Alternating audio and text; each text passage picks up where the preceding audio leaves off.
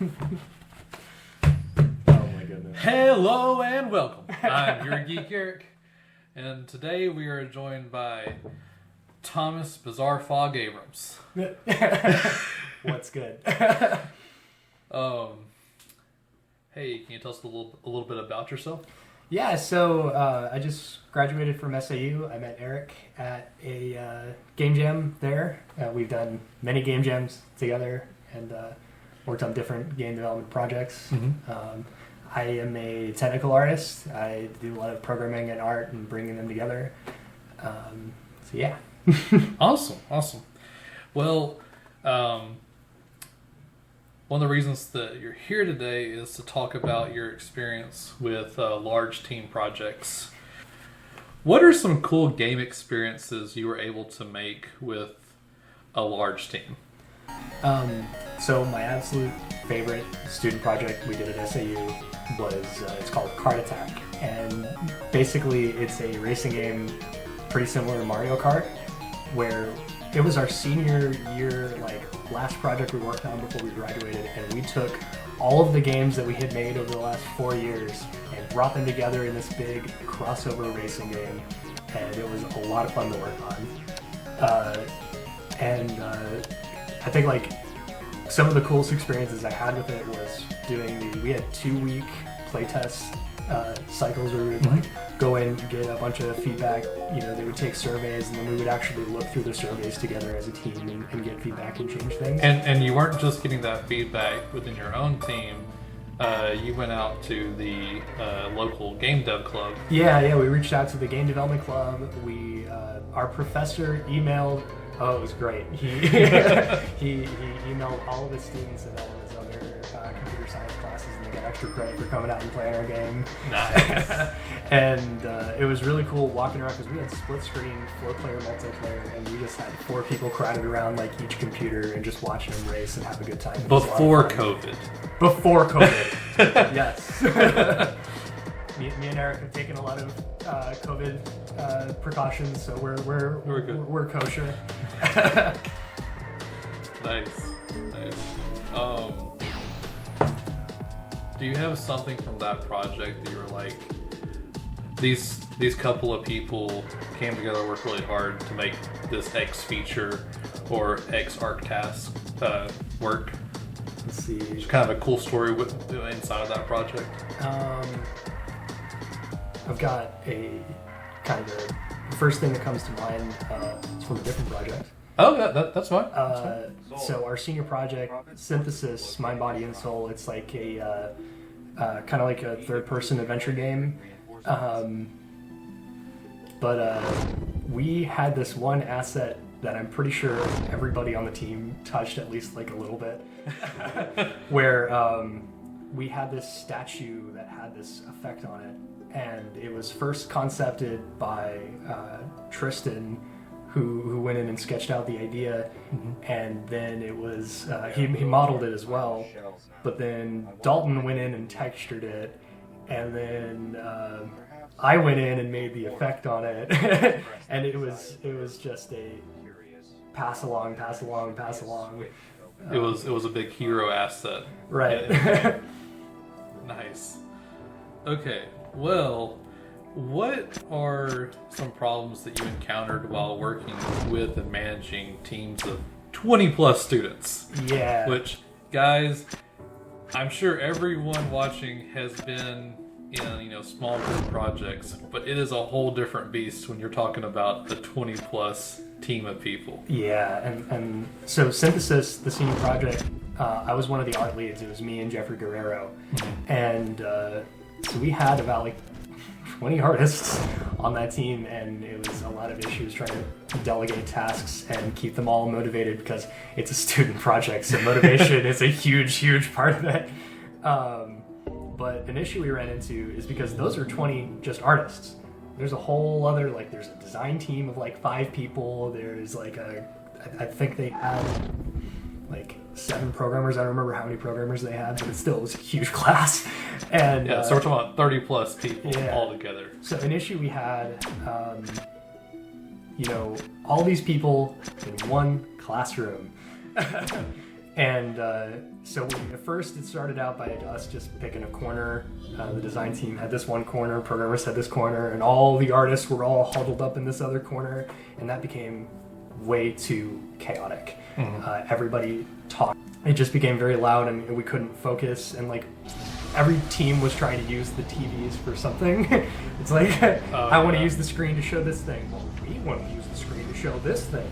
So we ended up taking all the artists and moving to another classroom, but that became a issue in that now the programmers and designers are separated from the artists, and like, what if they want to be a part of the discussion or hear what's going on or communicate easily? Like every now and then we'd be in the other classroom doing our art meeting, and then like we'd see some programmers and designers kind of like lean in. Hey, we have a question. And yeah, so eventually we came to the compromise of just coming in and doing our stand-up meetings, where we would like go through each person and ask like what they're working on, the tasks, and what they're doing next, and we would do that in the classroom, and then we would slowly move in, but that just became a mess to compromise in that classroom environment. How long did it take to do a stand-up with 30-something people? It took so long to the point where everybody was mad at me, the art lead, at the end of it. Because it took a while going through each individual person in the stand-up. And then by the end of it, it's like, can we go now? I don't want to do this meeting. I want to work on my asset. Yeah. Can I go to a computer? We talk too much.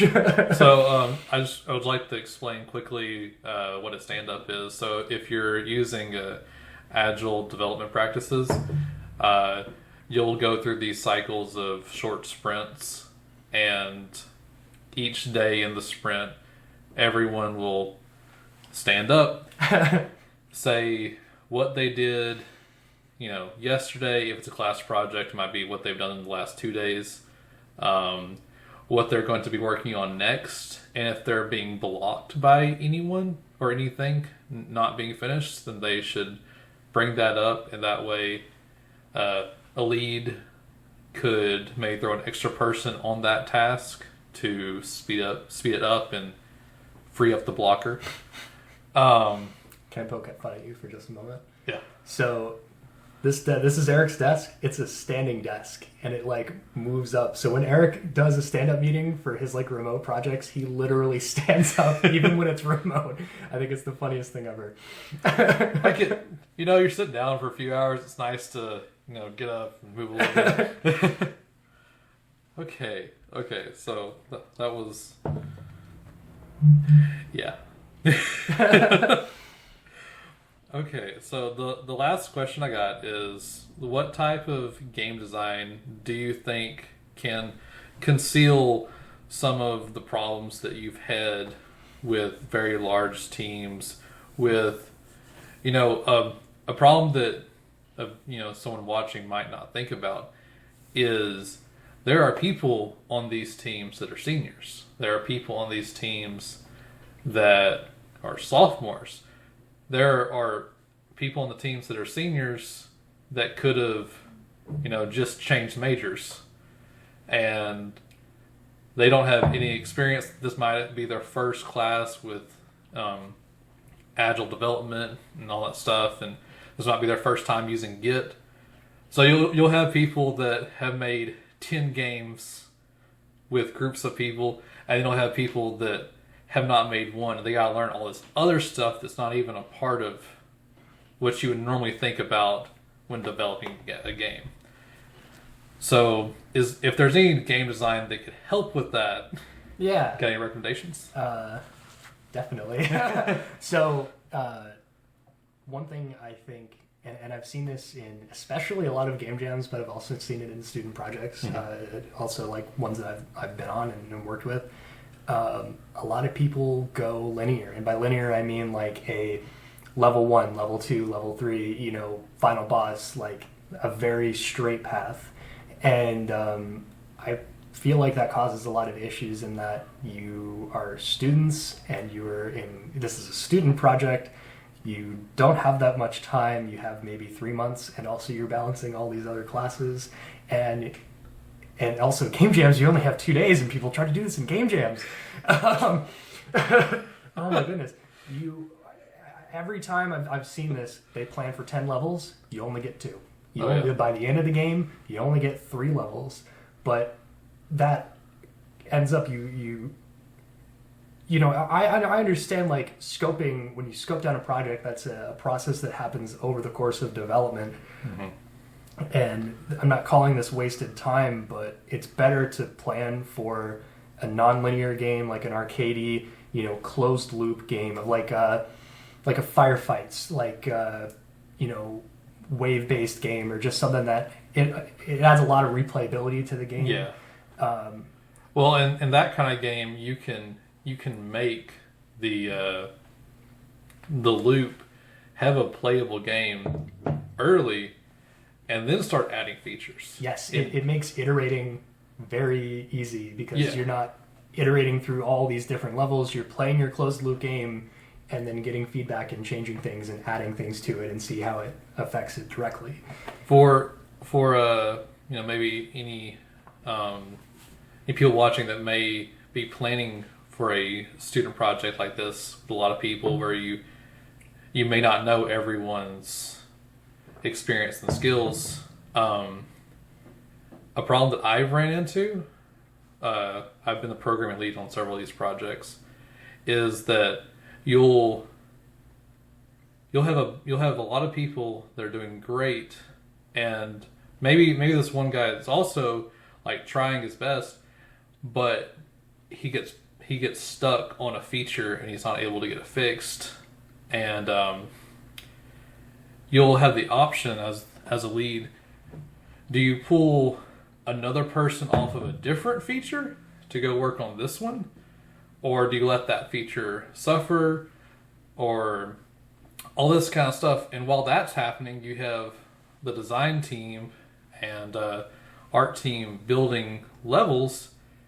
And now level 4 is blocked because level 4 is supposed to be made with that feature.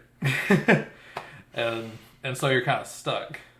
So that's something to consider, definitely.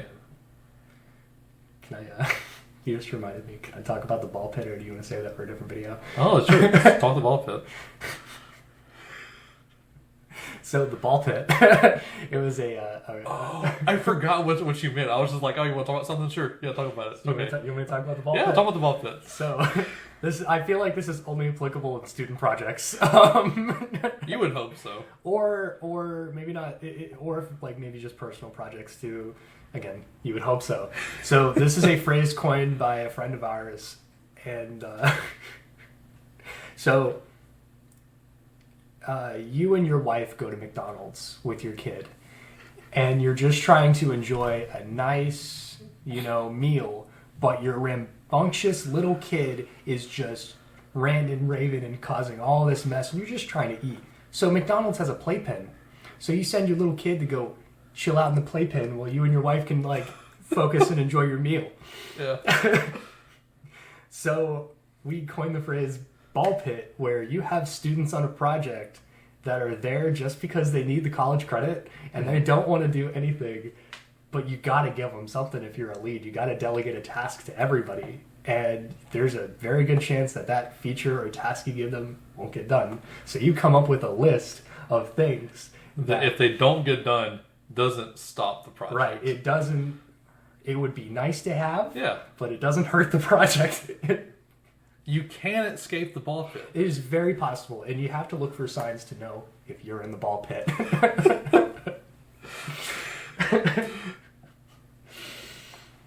Are you on a task that you've been working on for 2 to 3 weeks, and no one's calling you a blocker? Yeah. You may be in the ball pit. You might be in the ball pit. And you can get out of the ball pit. I've seen people get out of the ball pit. Yeah. You can get out by doing your task, being very involved with the discussion of the game development, playing the game, play testing, because that also shows that you care. If you play the game a bunch and you play test and give good feedback, and you ask your lead for more tasks, just we always stay motivated, stay focused, well, and make a great game. Thank you for being here, Thomas. Hopefully we'll do maybe another video like this soon. But yeah, thanks for having me on. It was a lot of fun. I get to See you next time. see you next time.